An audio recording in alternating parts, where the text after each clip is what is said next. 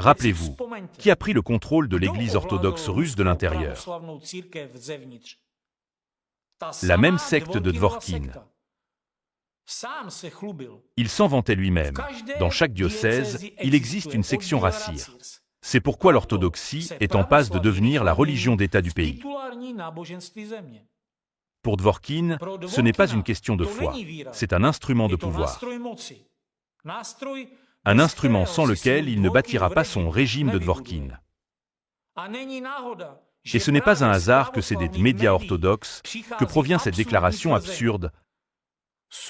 L'intelligence artificielle souveraine doit être orthodoxe. Elle doit s'appuyer sur la Bible, sur les textes des saints-pères et des anciens.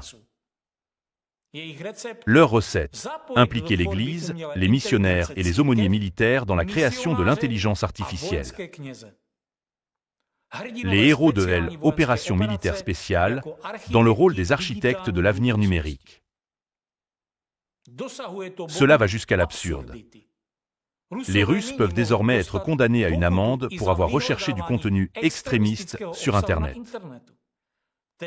Il ne s'agit donc pas de le publier ou de le republier, mais simplement de tenter de le rechercher. Parallèlement, les listes de ce qui est interdit sont loin d'être transparentes. Il est impératif de vérifier soi-même le registre des sources et des contenus extrémistes, sous peine de devenir soi-même un extrémiste en cherchant des informations erronées sur Google.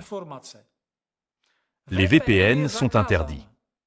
Ils veulent bloquer les appels provenant de cartes SIM étrangères. Et à l'avenir, chaque utilisateur sera contraint de s'enregistrer exclusivement avec une boîte mail russe. Cela ne correspond-il pas au signe d'une secte totalitaire, déclarée par Dvorkin lui-même, seulement à l'échelle de l'État? Un contrôle sur la pensée, sur la respiration, sur le droit fondamental à la liberté et à la vie.